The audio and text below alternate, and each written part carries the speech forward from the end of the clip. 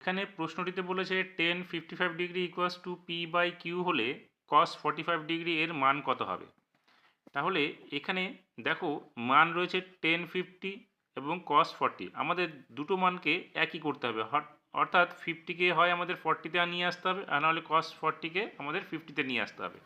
আমরা কি করলাম, এখানে tan 50 degree equals to p/q, আমরা tan 50 ডিগ্রিকে যদি পুরো কোণে ভাঙাই তাহলে লিখতে পারি বা tan 90 degree minus 40 degree equals to p/q। এবার tan 90 ডিগ্রি মাইনাস থিটা যদি ধরি তাহলে কী হবে, cot থিটা। তাহলে আমরা লিখতে পারি cot 45 degree equals to p/q, যেখানে কটের মান কি আছে আমাদের, ভূমি বাই লম্ব।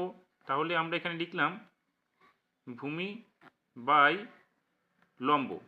আমাদের কি চাইছে এখানে cos 40, cos থিটার ক্ষেত্রে আমরা কি জানি, ভূমি বাই অতিভুজ। তাহলে এখানে অতিভুজটা নেই, আমরা এখান থেকে অতিভুজের মানটা বের করে নেব।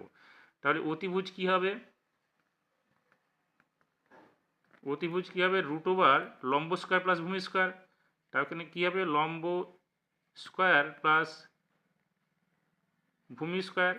তাহলে লম্বটা কি আছে আমাদের, লম্ব হচ্ছে কিউ, তার মানে কিউ স্কোয়ার প্লাস ভূমি বলতে এখানে পি, তার মানে হচ্ছে পি স্কোয়ার। অর্থাৎ এটাকে আমরা এইভাবে লিখতে পারি p square plus q square.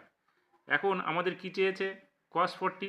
তাহলে সুতরাং cos 40 ডিগ্রি ইকুয়ালস টু কি, কসের ক্ষেত্রে আমরা জানি ভূমি বাই অতিভুজ।